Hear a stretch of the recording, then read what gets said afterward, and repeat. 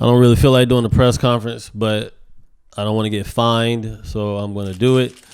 I've had a very, very long week, month, 2 years, 45 years, and I'm tired, but I'm going to take a few questions, and then I'm going to get out of here.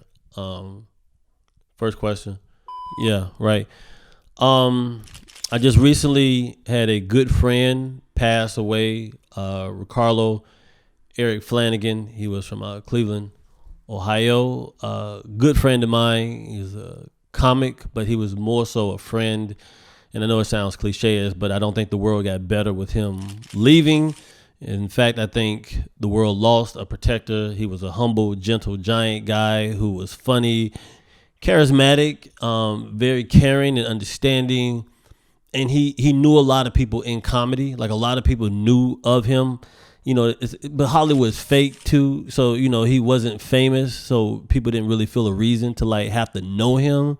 But it was kind of that thing where like we'll be friends with him in case, you know, he blow up one day and we can always say we knew him or we could work with him. Cause that's what Hollywood do. That's the industry. You have to pretend that you're cool with everybody until you find out that you need them or you may not need them. And then you can tell them to go fuck themselves. But he recently passed away from COVID, which is, you know, it's uncomfortable for me. I've lost a grandmother and an aunt and a couple of friends due to COVID, but this one really hurt me because I don't have a lot of friends in comedy that I would say that's my friend, someone I would confide into, like tell my secrets, talk about the shit that you could talk to with a friend that's not like somebody that's in comedy that will use the information that you share with them against you later.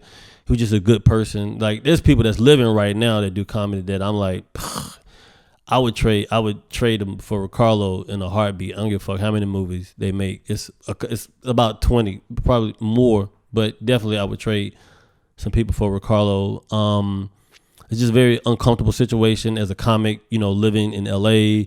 You're not from here, and you know, people die out here all the time, and then you have to like get sent back home, and you have to have people raise money to send you back home, or you have to hope that your family has money to, you know, have your body sent back home, or to fly out here to get you and then bring you back home and clean out your apartment.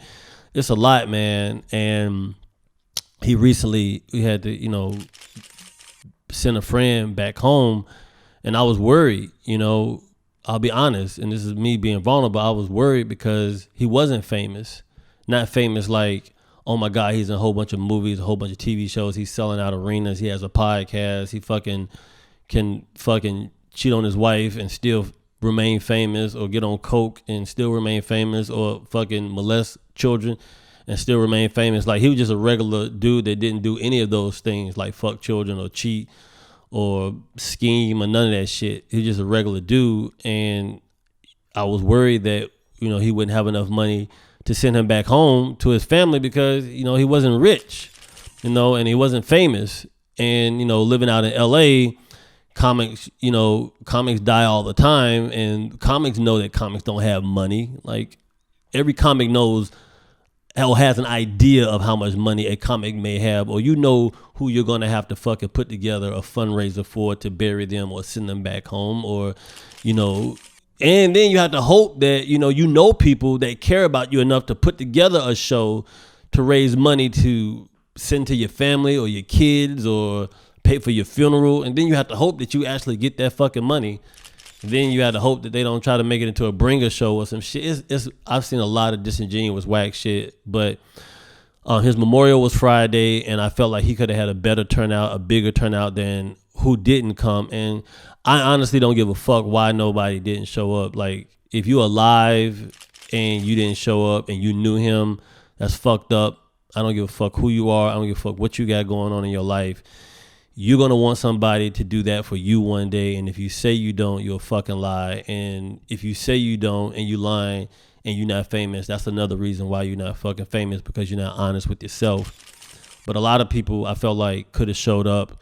You know, some comics were like, I got shows and shit. And that's fine. I get it. But man, goddamn, nigga, if these shows ain't paying, and I honestly can't think of a show that's paying enough for me to say, I'm not going to go to the memorial of my friend. I lost Patrice O'Neal. I lost Paul Mooney. Now I lost Ricarlo. Like, I lost people that I care. People that have made me laugh, I have lost. So it's a little uncomfortable for me, and I'm a little annoyed at the camaraderie or the lack of. But the people that did show up, I appreciate. And it just made me think about, my mortality in comedy, and made me think, fuck, I need to start trying to book my funeral right now so I can make sure people will show up. I'm going to have to become famous so I can have a turnout for my fucking funeral. That's how the business will make you feel. Like, you'll feel like, oh man, I'm going to die, and ain't nobody going to come to my funeral because I'm not famous. Like, my family and friends will come, but like, what about the people that pretended they liked me along the way? Like, will they show up? Will they pretend they, like, am I famous enough for people to come to my funeral to get likes?